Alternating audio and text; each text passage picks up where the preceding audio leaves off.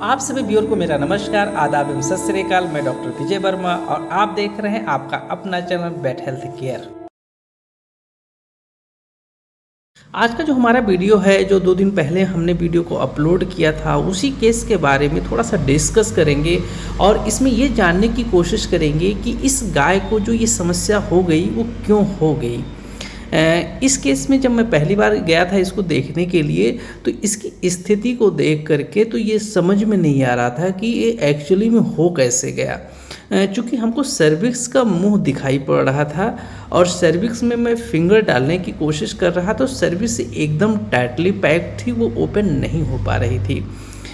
अब एक कल्पना आप कीजिए कि जो हमारा पेल्विक कैविटी होता है उसमें यूरिनरी ब्लैडर भी होता है, उसमें यूट्रस भी होता है और हमारा जो रेक्टम का लास्ट का पार्ट होता है ये होता है।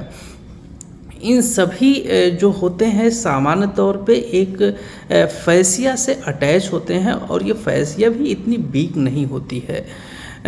लेकिन इस केस में ऐसा कैसे संभव हुआ कि ये यूट्रस का पार्ट उनके बीच में से होकर के निकल गया।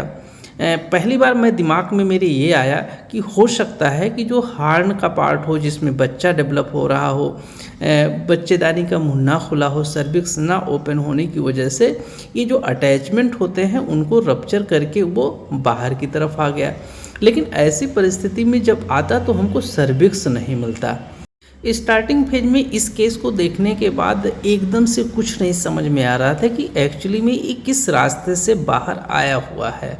लेकिन जैसे ही उस एनिमल्स का ऑपरेशंस कंप्लीट करके और बच्चे को बाहर निकाल करके जब उसके यूट्रस में हमने सूचर लगाया, उसके बाद जब उस यूट्रस के पोर्शंस को हम अंदर ले जाने की कोशिश करने लगे, तब मैं उस रास्ते को सर्च करने लगा कि एक्चुअली में इस किस रास्ते से ये बाहर आई हुई है। तो उसमें मुझे बहुत ही यूनिक केस मिला। सामान्य तौर पे ऐसा नहीं होता है और सोचना भी इतना ईजी नहीं होता है जितना ईजी इसमें आ गया। तो आइए एक फिगर के माध्यम से हम उस चीज़ को समझते हैं एक्चुअली में इसमें हुआ क्या है। ये ग्रासमैन एंड सेशन की किताब से लिया हुआ एक फोटोग्राफ्स है जिसके माध्यम से इस केस के बारे में मैं आपको बताने की कोशिश करता हूँ कि ये जो येलो लाइन से कवर्ड पार्ट है ये एक्चुअली में यूट्रस का पार्ट है जिसमें बच्चा रहता है। इसके अलावा जो रेड पोर्शन से कवर्ड है, रेड लाइन से कवर्ड है, ये सर्विक्स का पार्ट है और रेड लाइन के आगे का जो एरिया है ये बेसिकली वेजाइना का पार्ट है। इस केस में एक्चुअली में हुआ ये है कि जो सर्विक्स का पार्ट और वेजाइना का पार्ट एक दूसरे से कनेक्ट होते हैं, यहाँ फॉर्निक्स वेजाइना का पार्ट बनाते हैं। और अगर फॉर्निक्स वेजाइना में कोई भी ट्रॉमा हो जाता है या उस एनिमल्स में कैल्शियम की कमी या वीकनेस की वजह से ये फ्रेजाइल हो जाता है या किसी इन्फेक्शन की वजह से अगर फ्रेजाइल हो जाता है तो वहाँ रप्चर होने की संभावना ज़्यादा हो जाती है।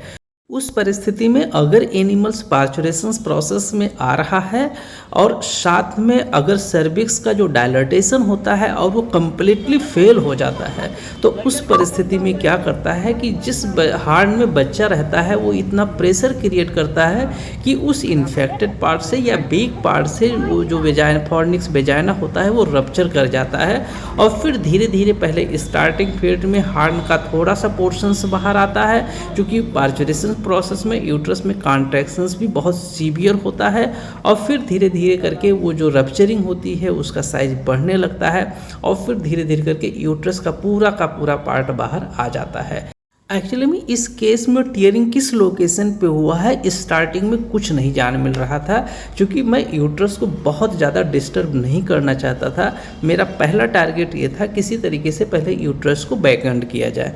जब बच्चे को बाहर निकाल लिया उसके बाद मैं टीयरिंग की लोकेशन सर्च करने लगा, तब मुझे पता चला कि ये जो टीयरिंग हुई थी वो फॉर्निक्स वेजाइना के पार्ट में हुआ था और उसी रास्ते से पूरा का पूरा यूट्रस बाहर आया था। इस परिस्थिति में जो विशेष सावधानियां बरतनी होती है वो ये बरतनी होती है कि यूट्रस का जितना भी पार्ट बाहर आया हुआ है आपको उसी विंडो से अंदर करना होता है ताकि यूट्रस अपनी लोकेशन पे सेट हो जाए।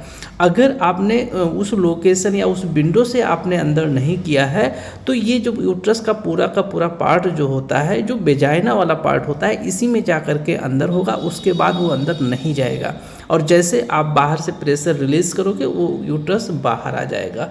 तो इस केस में जो विशेष सावधानियां बरतनी है वो यही बरतनी है कि यूट्रस को हमेशा जिस विंडो से बाहर आया हुआ है उसी विंडो से आपको अंदर करना होता है। जब मैं उस विंडो से अंदर किया, पहली फेज में मैंने भी नॉर्मली प्रोसेस के द्वारा ही उसको अंदर किया था, लेकिन फिर मैं देख रहा हूँ कि वो बाहर आ जा रहा है। इसके बाद उस ओपनिंग को सर्च करके जब उस रास्ते से मैंने यूट्रस को अंदर किया, फिर उसके बाद यूट्रस बाहर आने की कोशिश नहीं कर रहा था और वो ये एनिमल प्रेशर भी नहीं ले रही थी। तो इस तरीके से इस गाय की जान बचाई गई।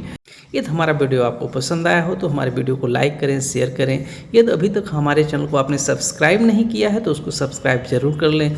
साथ में बेल आइकन को जरूर प्रेस कर दें ताकि कोई भी इन्फॉर्मेटिव वीडियो हम अपने चैनल पर अपलोड करें उसका नोटिफिकेशन आपको तुरंत मिल जाए। फिर मिलेंगे किसी और दिन किसी और केस के साथ। तब तक के लिए आप सभी व्यूअर का बहुत बहुत धन्यवाद। जय हिंद, जय भारत।